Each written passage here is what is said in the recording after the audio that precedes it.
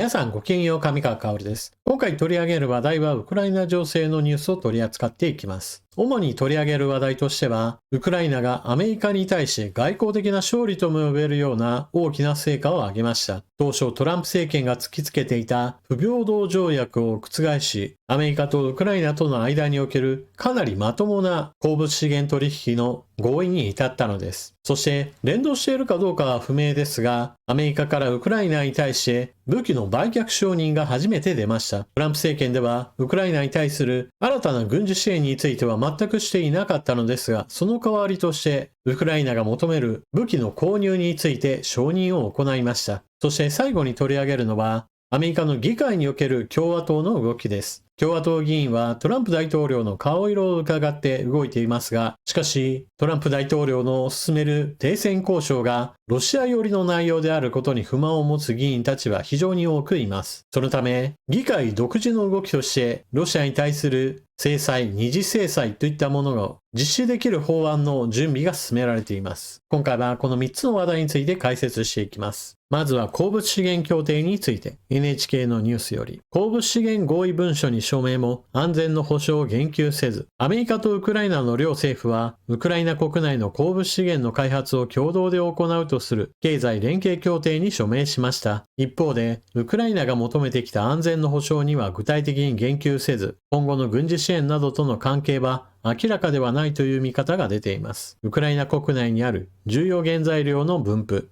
特にアメリカが重要視しているのが、この中でもレアアースだと言われています。現在レアアースは世界シェアの大部分が中国が抑えており、今後の米中の対立のことを考えると、アメリカはレアアースをしっかりと抑えておく必要が出ています。ウクライナの経済省は、ウクライナ側の首相兼経済省とアメリカの財務長官がワシントンで復興投資基金を設立する協定に署名したと発表しました。基金はウクライナとアメリカの両国が共同で運営するということで、ウクライナの石油や天然ガス、リチウム、チタン、ウランなど57種類の資源の開発に投資する内容だと伝えています。その上で、いくつかの重要な項目の詳細が決まっていないとして、より詳しい内容が別途定められるとしています。ウクライナの鉱物資源とは、ウクライナにはレアアースのほか、リチウムやチタン、ジルコニウムなど様々な鉱物資源が埋蔵されています。チタンについてはヨーロッパの供給量の 7% を保有し、リチウムについてはヨーロッパの埋蔵量の3分の1を保有しているとしています。協定では、ウクライナの領土や領海にある全ての資源の所有権はウクライナにあるとしたほか、両国の対等な関係を反映し、基金の運営にあたっては、いずれも過半数の議決権を持つことはないとしています。さらにアメリカは、基金に対し直接資金を投入するか、防空システムの供与といった新たな軍事支援を通して拠出するとしていますが、ウクライナが求めてきたアメリカからの安全の保障については、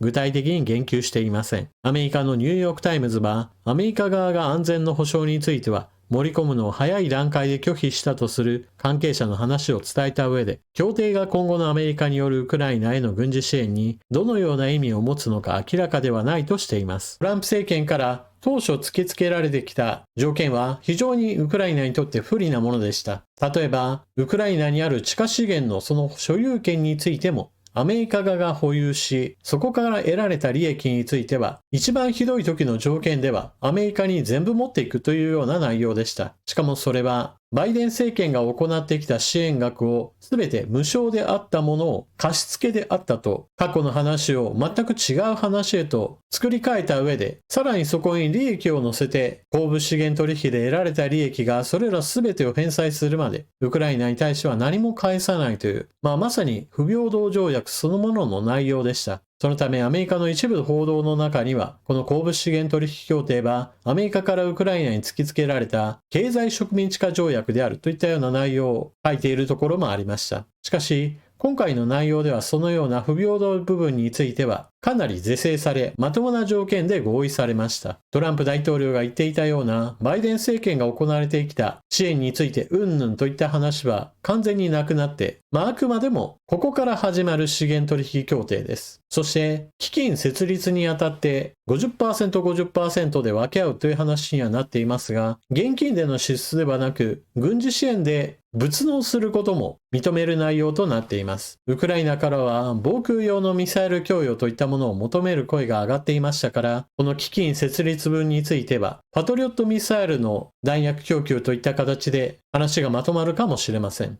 それでいて、ウクライナ国内の地下資源開発を進めるという話なわけなので、ウクライナにとってこれは非常に前向きに捉えることができます。一方においてトランプ大統領にしてみても、これまでウクライナに携わる様々な動きは全く成果を上げることが今のところできていません。停戦協議について言えば、完全にプーチン大統領の手のひらで踊らされている状態で、様々なロシア側の要求を受け入れながらも、全く実質的な停戦を成し遂げることができていません。結局のところ、ウクライナに対する軍事支援が全くできていない状態なので、プーチン大統領にしてみれば、はぐらかすだけはぐらかして時間を稼げば稼ぐほど、ウクライナに対する支援がヨーロッパだけになり、バイデン政権よりもむしろ扱いやすいといった状態になってしまいました。このような状態では、トランプ大統領を怒らせないような形で交渉を長引かせれば、プーチン大統領にしてみれば狙い通りとも言える状態なわけです。そのようにして、なかなか成果が上げられないトランプ大統領にしてみれば、何かしらの利益になる形で、具体的な成果を見せるといったことが重要だと考えたのでしょう。これでようやく一つ成果を残したというわけです。アメリカにとって重要なレアアース類について供給源を確保するとともに、その資源開発によってアメリカにも利益をもたらすものだというふうに有権者に対して成果を誇ることもできるわけです。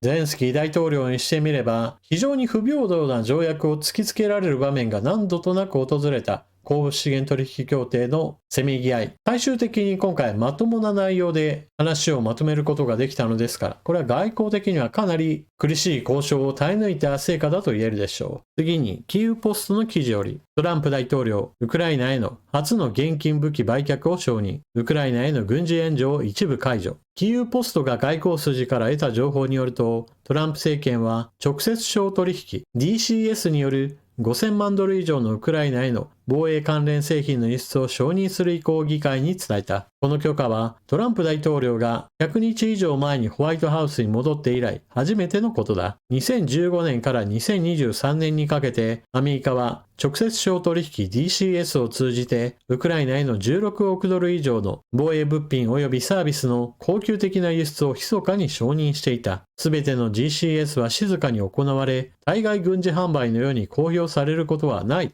と安全保障支援アナリストはキーウポストのインタビューに語った。今回の動きはゼレンスキー大統領が安全保障の一環としてアメリカから300億ドルから500億ドル程度の防空システムと兵器を購入する意向を発表してからわずか数週間後に起こっている。アメリカによる無償の軍事支援といったものが今のトランプ政権では全く期待できません。そこでウクライナは何とかお金を工面した上で、アメリカから直接的に必要な軍事物資について購入を進めています。しかし今まではトランプ政権からなかなか許可が下りませんでした。それが今回、ようやく販売許可が下りたということで、トランプ政権の対応が変わってきたことを意味しています。そしてトランプ政権だけではなく、アメリカの議会においてもウクライナを支援しようという動きがあります。ブルームバーグの記事より、アメリカが壊滅的な対ロシア制裁科す法案に幅広い支持。トランプ大統領の盟友の一人である共和党のグラム上院議員は、ウクライナでの戦争終結に向けた真剣な交渉にロシアのプーチン大統領が応じない場合、新たに壊滅的な対ロシア制裁を課す法案について、上院議員72人の支持を得たと明らかにした。法案には、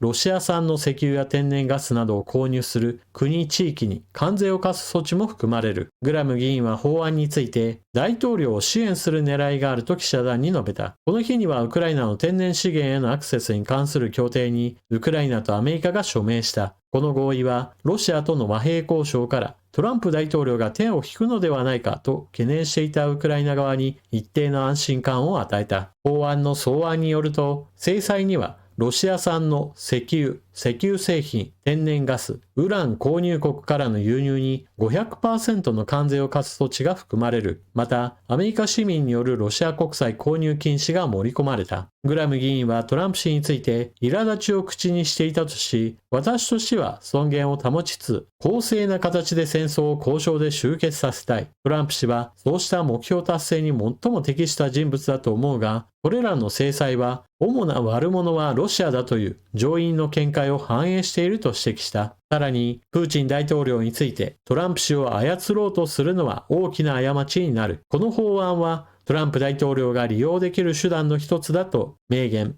また下院でもこの制裁法案を本会議に持ち込む上で十分な支持を得ていると表明した。その上で戦争終結に向けトランプ氏と本格的な交渉に臨むか、ロシア経済の破壊を受け入れるかのどちらかをプーチン大統領が最終的に選択せざるを得ないとの見方を示した。バイデン政権時代にウクライナに対して供与された防空ミサイルとしては、パトリオットミサイルシステムが最も能力が高く、弾さえあればロシアの弾道ミサイルなどを迎撃することができます。しかし、トランプ政権ではウクライナに対する軍事支援の予算がついていませんから、無償支援といった形でパトリオットミサイルの弾薬補給ができません。ですから、ウクライナとしては、無償が無理であったとしても、ロシア軍の弾道ミサイル攻撃を迎撃する必要があり、パトリオットミサイルの販売といったものを認めてほしいのです。今回、その要望が通り、ようやく武器販売の承認が下りたとのことで、トランプ政権の考え方を少しでも修正することに外交的に成功したと言えるでしょう。また、アメリカ議会における動きとしても、トランプ大統領の意向に従って共和党の議員たちがみんなロシア寄りの条件で停戦すればいいと考えているわけではありません。アメリカの上院議会においては定数は100ですから72の支持があれば法案は可決されます。また下院についても十分に通るだけの支持が得られているということは、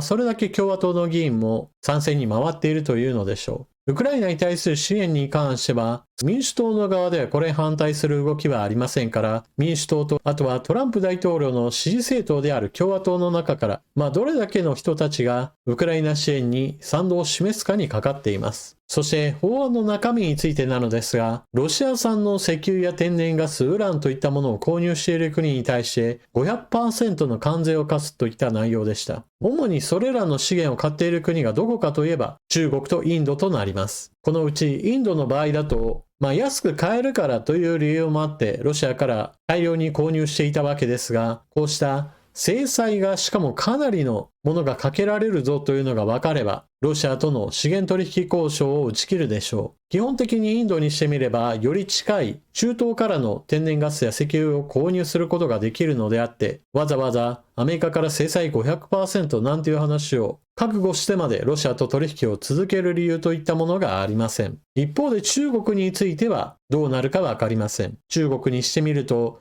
今すでに 145% の関税をかけられていて、報復措置として 125% の関税もかけ返しています。もうこのぐらいの関税になると、そもそも直接的な貿易関係を維持することも難しく、それだったらもうあとこの上さらに加わっても加わらなくてもどっちでもいいぐらいの感覚を持っているかもしれません。何にしても、もしもこの法案が成立発効へとこぎつければ、アメリカとの関係を重視する国、もしくは自国第一主義を考えた場合において、どちらの方がより大きな問題になるか天秤にかけてロシア側を切り捨てる国といったものも当然出てくるでしょう。トランプ大統領がもう少しウクライナに寄り添った言動を行えば、議会においてももっとはっきりとウクライナ支援へと動きを強めるはずです。今回の鉱物資源取引協定の成立というのは、そのようなトランプ大統領だけではなくアメリカ議会においてもウクライナ支援のためにもう一歩行動を起こす一つのきっかけになる可能性を示しています。というわけで今回の動画はここまで。最後までご視聴いただきありがとうございました。チャンネル登録していない方はぜひともこの機会にチャンネル登録よろしくお願いします。それでは次の動画でまたお目にかかりましょう。またね。